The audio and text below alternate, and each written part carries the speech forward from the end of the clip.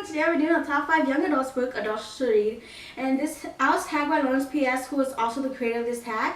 So I'll leave a link for her video down below if you guys want to check out her video. Okay, let's get on to my top 5 young adults picks for adults to read. So the first book I chose was Lock and Key by Sarah Dessen, and this book is about a girl named Ruby who goes to live with her sister after the school found out that her mom had left her and she's now living alone. This book deals with the issue of family. Throughout the book, Ruby learns the meaning of family and what defines a family. Ruby started out as not really knowing what the meaning of family is, to realizing that she has a family and she has a family who she can depend on. The second book I chose was Eleanor and Park by Rainbow Rowell. Sorry if I butcher her name. I chose this book because it deals with first love. This book follows Eleanor and Park.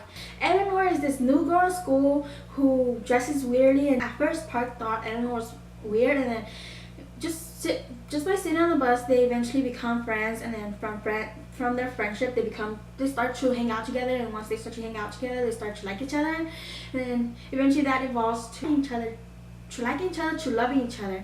And then they both realize that first love is not gonna work out. Their first love may not work out the way they wanted to, but yet they still eventually end up falling in love. This book is really cute, and it's a really cute read.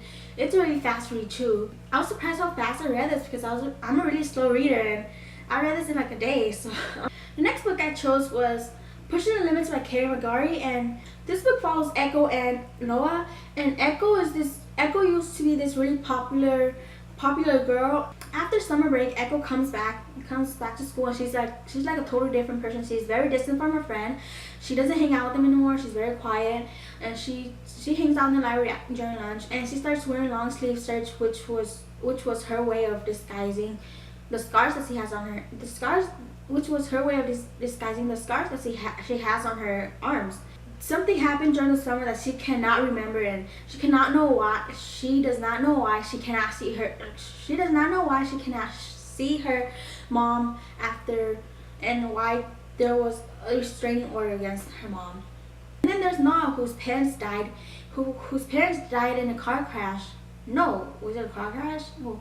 He's living with this other foster parents, while his true brother is living with someone else. And Noah is trying everything to get his family back together, going through foster care, and after seeing everything that happens in foster care, he wants his kid brothers to be safe. He eventually learns that maybe living with him is not the best. Maybe living with him is not the best way. It's not the best for his kid brother, because he could barely take care of himself, and if he has to take care of his true brothers too, it's gonna be hard for him and hard for his little brother. And living with their foster parents, they're actually better off, and he could go and just visit them whenever he wants to.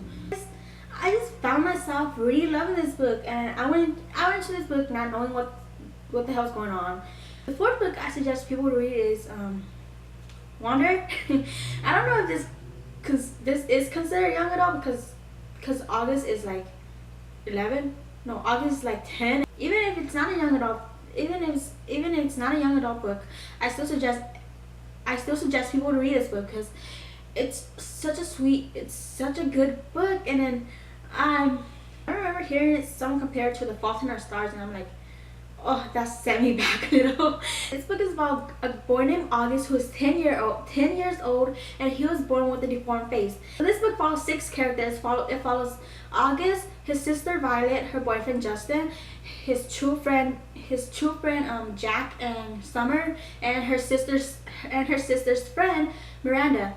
You get to see how they saw August through their eyes. I was surprised how much I really love this book, and yeah, I really love this book.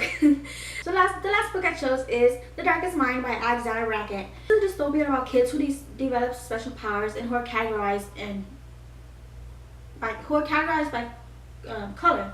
I don't know what the color. I know the colors. I just don't know what the categories are. So the colors are blue, red, green, yellow, and orange. I heard this book being compared to like Divergent and The Hunger Games. But in my opinion, I love this book a lot more than the other two. I love The Hunger Games.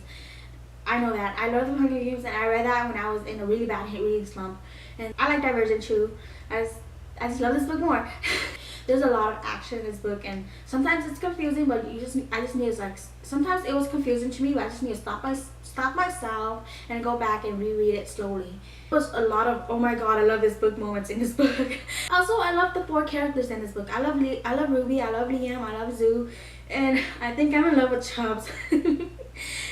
Okay, that's it for my top 5, and now I'm gonna tag 3 people. I'm gonna tag Amanda from the Fiction Fairy, Kelly from Books on My Life, and Red from Little Red Reader. I'll leave the links to Lauren's video, her channel, and all the channel of the people I tagged down below. And yeah, that's it for my tag video. Thanks for watching. Bye guys!